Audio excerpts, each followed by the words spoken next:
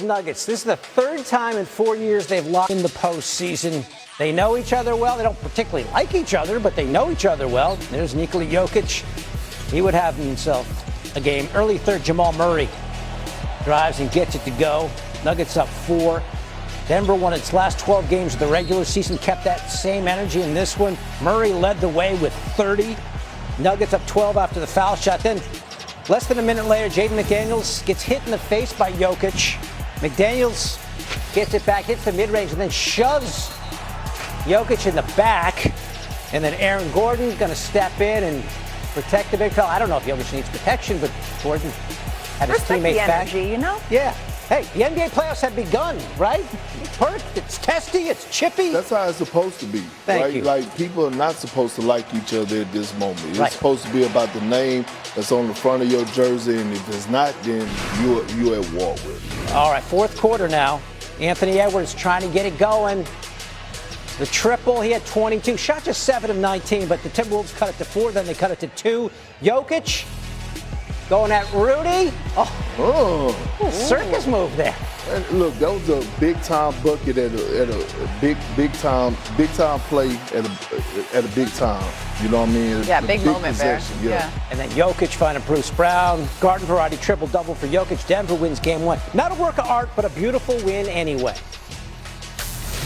It was a type of playoff game that you love to win because it was kind of ugly. You know, when you start the game off and you're known for your offense, and we created really good looks, like I said, and then we were up against it right away, you know, and that's a big thing for a road team to come out, you know, punch the home team in the mouth. That's what they did, you know, after we missed shots, and just the reaction to that, you know, staying together, winning a grimy game, it's good. We're going to have games where we shoot the hell out of it and everything looks pretty and everybody's going to say how good we are.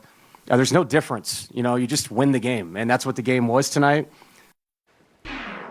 All right, in the NBA, there's probably not a more iconic duo than Michael and Scottie. Well, today, Nikola Jokic and Jamal Murray matched them for the most playoff games with 25 points, 5 rebounds, and 5 assists each. The two combined to score or assist on nearly 80% of the Nuggets' points today. That is incredible company, right? Anytime a duo is mentioned in that conversation, you know they're doing something right. But we got to talk, Perk, about Jokic and Murray combining for 55 of the Nuggets, 116 points in this one. We know what a dynamic duo they can be, but how did these two take over the game? Well, you know, I'm about to give them both a nickname. Bread and butter. Ooh. Because when things get tough, they go to their bread and butter. Which one's bread and which one's butter? Well, I'm going to go Jokic is the bread because he's first team all whack body like me. You know, no matter how much you try to get in shape and try to get the abs, you just never really get them. You know what I'm saying? And Jamal Murray can be butter because he's on a roll. Yeah, because he's going to be on the roll. But here's the thing. When you look at what they do and how they get it done, it's a lot of action. Look at this early, just simple though, but it's so crucial. Early pick and roll action, hell of a screen by Jokic. Now all of a sudden you have Rudy Gobert in the drop coverage. That's easy money for Jamal Murray coming off that 1-2 dribble pull-up. Again, another two-man game, pick and roll action. This time Jokic mixes it up. Jamal Murray takes 2, draws Julius Randle, hit him with the pocket pass, and we know Jokic go hit him with that feathery touch right there in the lane. Nicely done by the Nuggets. So they win game 1, game 2 again in Denver. Basketball, too. Got basketball playoffs upon us. Kendrick Perkins in the studio. Putting the lie to the notion that you didn't know where Connecticut was. It's good to see you here. Who said that? Yeah, everyone's saying that. We haven't seen you in years, Perk. It's great to have you. I'm happy to be here. All right, mommy. We got NBA playoffs. We got to start with some Hawks-Knicks. Game 1 at Madison Square Garden. Hawks-Knicks, this is a matchup we've seen many a time in the first round of the playoffs. Jalen Brunson, he get going early in this one. Yeah, he did. And he set the tone early. That's what big body Brunson do. He lived for these moments. You have certain guys that play for 82 games in the regular season. Certain guys live to play 16 games in the postseason. And I thought he did exactly what he was supposed to do against a team that came into his building with a little edge and a little momentum. He set the tone early and said, hey, I'm here and I'm about to show I'm the best player on the floor. 19 in the first quarter. That's the most by a Knicks player in the opening quarter in the play-by-play era. Early in the second, though, CJ McCollum Getting the layup to go. That is an acrobatic move by McCollum there. It is. He got away with a little travel. You know what I mean? He got away with it. He was a little crafty with it, but he was balling. He was balling today. Hawks were trying to make it a game. Jalen Johnson kicks it out to Onyeka Okongwu for a three. That's good. Hawks cut it to a 2-point game at the half. But fourth quarter, Knicks are up by 8. Karl Anthony Towns, deep three. Knock him. Make that 11-point deficit there. And then 6 minutes to go. Towns drives, strong finish. The deuce and the damage there. And he's pointing at Okongwu too. It's the emotions. It's the emotions. It's the passion. That's what you want to see out of Karl Anthony Towns. No hesitation on that shot. One of the best shooting bigs to ever play the game of basketball. Here's Mike Brown on Brunson's hot start after this one. It's big. He stepped up to the plate like he should have done, and he hit some big shots for us early to help us get out front. And anytime he gets going, it's always been a positive for us. I said this before, but the longer we're obviously on the court together, our chemistry is better. I think we've grown as teammates, we've grown as friends, and it's contributing to the way we're playing. I'm not at the Josh level yet, but we working. Josh is not a friend. Please don't. Please don't. Knicks having some fun. All smiles after game one win. I know you love talking about big body Brunson. The guy who was sitting next to him at that podium, Karl Anthony Towns, had 25 points as well. What did you see out of his game today? Well, look, I always said this. Big body Brunson, yes, we all know is the best player on the Knicks. But Karl Anthony Towns is the most important player, especially if they're trying to get to the promised land. And we saw that tonight.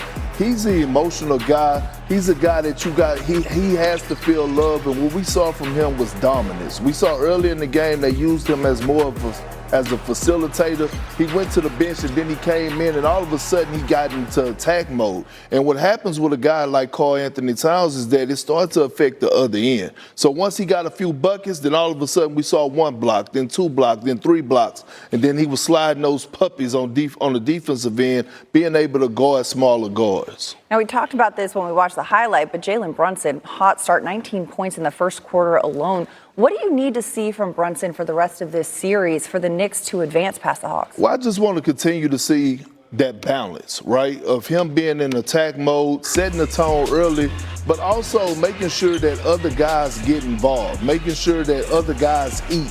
We know that he's one of the best closers in the game. We know that he lived for this moment. I thought he did an outstanding job of getting his early, and then all of a sudden we started to see other guys be able to get to rolling. We saw Deuce McBride come in off the bench and knock down some big shots. We saw Jordan Clarkson have his moments, OG Anunoby, Josh Hart, etc. So it's that balance, because in order to get, again, where they're trying to go, the expectations of James Dolan, damn it, you got to trust the others and make sure that they comfortable in their place to be able to shine offensively. All right. I thought Dyson Daniels actually did a nice job on Brunson the last 3 quarters of the game. But don't say that too loud. You know, it's like a little beef there. You know what I mean? Jalen Brunson don't really like that. That's why he came out aggressive about it. He torched them in the first quarter. 19 points. Crazy.